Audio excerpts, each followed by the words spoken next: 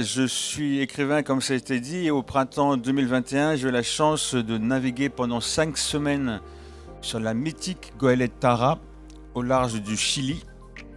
Et comme un écrivain en mission océanographique ne sert à rien, j'ai eu le loisir de m'émerveiller, de méditer et de développer une fascination pour le plancton, à tel point que j'en ai fait un roman où le plancton est personnage principal avec du plastique et quand même une scientifique.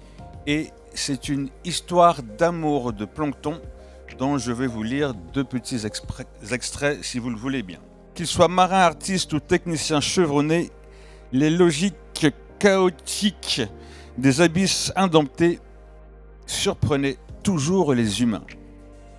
Même s'il ne s'était encore trouvé personne pour consacrer ou vanter le lien puissant qui pouvait naître et se développer entre 2 organismes vivant en suspension dans les eaux, ces unions célébrées quotidiennement et dans l'obscurité des océans depuis des centaines de millions d'années, ressemblant de nombreux aspects à de l'amour.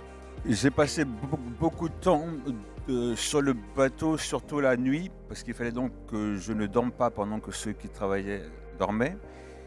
Et c'était l'occasion d'observer la mer, d'observer le ciel, et je suis entré en contact avec le plancton, avec la bioluminescence. Voilà, quand je monte sur le bateau, tout ce que je sais du plancton, c'est que ce sont des trucs que les baleines mangent. Je n'en sais pas plus. Et là, voilà, la première nuit de quart, le marin qui est avec moi me dit viens, il me montre tout l'arrière du bateau, c'était illuminé. Il me dit voilà, le plancton c'est ça. Moi qui pensais comme beaucoup qu'ils étaient invisibles, ils ne le sont pas, toujours. Voilà. Et donc je me dis tiens, voilà des êtres très très particuliers qui ont déjà une faculté que nous ne possédons pas.